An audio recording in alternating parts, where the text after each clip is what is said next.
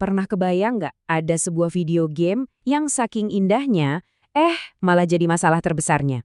Hari ini kita bakal bedah sebuah kisah nyata dari dunia game. Sebuah cerita tentang ide jenius yang berhasil mecahin masalah yang kelihatannya ya mustahil. Coba bayangin deh, para developer udah kerja mati-matian, nuangin semua ide dan jiwa mereka buat bikin dunia game yang super indah, detail, dan hidup. Tapi, ada satu masalah gede, justru grafisnya yang keren banget, itu yang bikin gamenya hampir nggak bisa dimainin. Lah, kok bisa?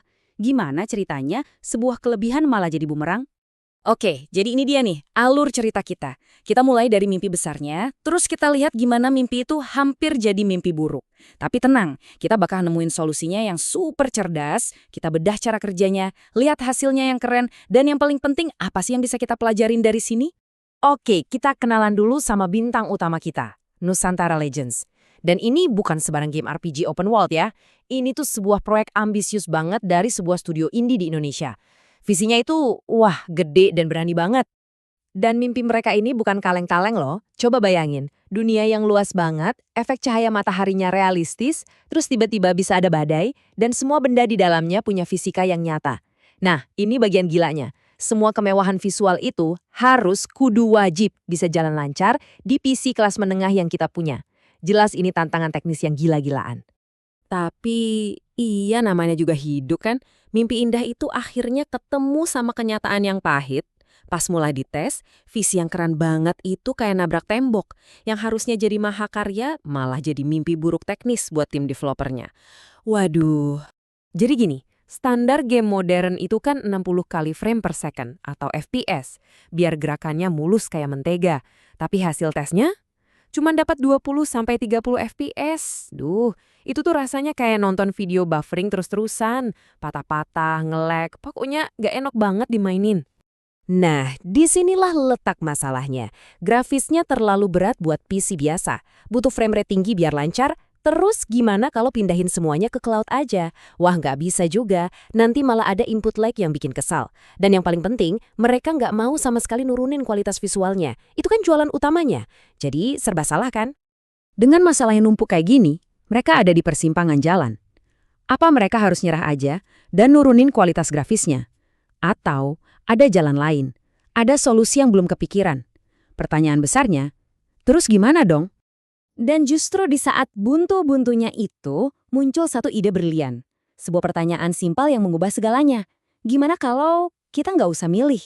Gimana kalau kita gabungin aja kekuatan komputer kita yang cepat sama kekuatan cloud yang nggak ada batasnya? Nah, inilah jawabannya. Sistem gotong royong antara PC kita dan cloud.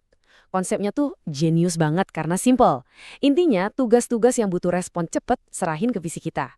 Nah, buat kerjaan berat yang butuh otot gede, lempar aja ke server cloud yang super power.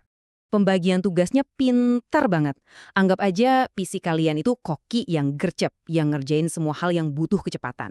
Nah, cloud itu kayak oven industri raksasa yang ngerjain tugas-tugas berat. Jadi, pas kalian gerakin karakter, itu kerjanya si koki. Tapi pas butuh efek cahaya super realistis, kayak ray tracing, atau simulasi cuaca badai yang rumit, nah itu biar si oven raksasa di cloud aja yang ngurus. Oke, kita udah tahu konsepnya. Sekarang, pertanyaannya, gimana cara kerjanya secara teknis? Yuk, kita bedah satu persatu. Coba kita ikutin alur datanya ya. Ini semua terjadi dalam sekejap mata. Kalian tekan tombol, karakter langsung gerak. Itu kerjaan PC lokal. Tapi di waktu yang bersamaan, PC kalian itu ngobrol sama cloud. Tolong hitungin efek bayangan sama ledakan yang keren dong buat adegan ini. Cloud langsung hitung cepet, terus kirim balik hasilnya. Nah, tugas terakhir PC kalian adalah ngegabungin gerakan karakter tadi sama efek visual dari cloud jadi satu gambar utuh di layar. Keren kan? Oke, setelah semua teori dan desain yang canggih ini, pertanyaan terbesarnya, emang berhasil? Apa ide gila ini beneran jalan di dunia nyata? Jawabannya, tentu saja berhasil. Dan hasilnya memuaskan banget. Dan ini dia hasilnya. Angka yang tadinya cuma 20-30 FPS, sekarang ngacir dan stabil di 60 FPS. Ini bukan cuma perbaikan biasa, ini lompatan besar. Akhirnya, mimpi mereka buat bikin game yang super mulus jadi kenyataan. Dan kemenangannya bukan cuma soal frame rate loh. Coba kita checklist satu-satu. Bisa dimainin di PC menengah? Centang. Grafisnya tetap keren? Centang. PC pemain jadi enteng kerjanya? Centang. Gameplaynya lancar dan responsif? Centang. Mereka berhasil dapat semuanya. Nah, sekarang coba kita lihat dari sudut pandang yang lebih luas.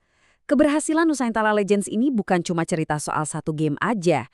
Ini tuh nunjukin sebuah prinsip dasar yang bisa kita pakai di mana-mana. Studi kasus ini pada dasarnya ngasih tahu kita kalau kuncinya itu ada di keseimbangan. Ini bukti nyata kalau kita tuh nggak perlu lagi milih antara performa atau kualitas visual. Dengan strategi bagi-bagi tugas yang cerdas, kita bisa dekat dua-duanya. Kalau ada satu hal yang perlu kita ingat dari semua ini, intinya cuma satu. Biarin perangkat kita ngurusin yang butuh kecepatan, dan biarin cloud yang ngurusin yang butuh kekuatan. Nah, ini yang bikin kita mikir lebih jauh. Kalau prinsip gotong royong digital ini bisa nyelamatin sebuah game, coba bayangin potensinya buat hal-hal lain ya. Riset ilmiah, simulasi iklim, apapun itu. Prinsipnya sama aja, jangan ngerjain masalah gede sendirian, bagi-bagi tugasnya. Jadi pertanyaannya sekarang bukan lagi bisa atau enggak, tapi masalah mustahil apa lagi nih yang bakal kita pecahin bareng-bareng.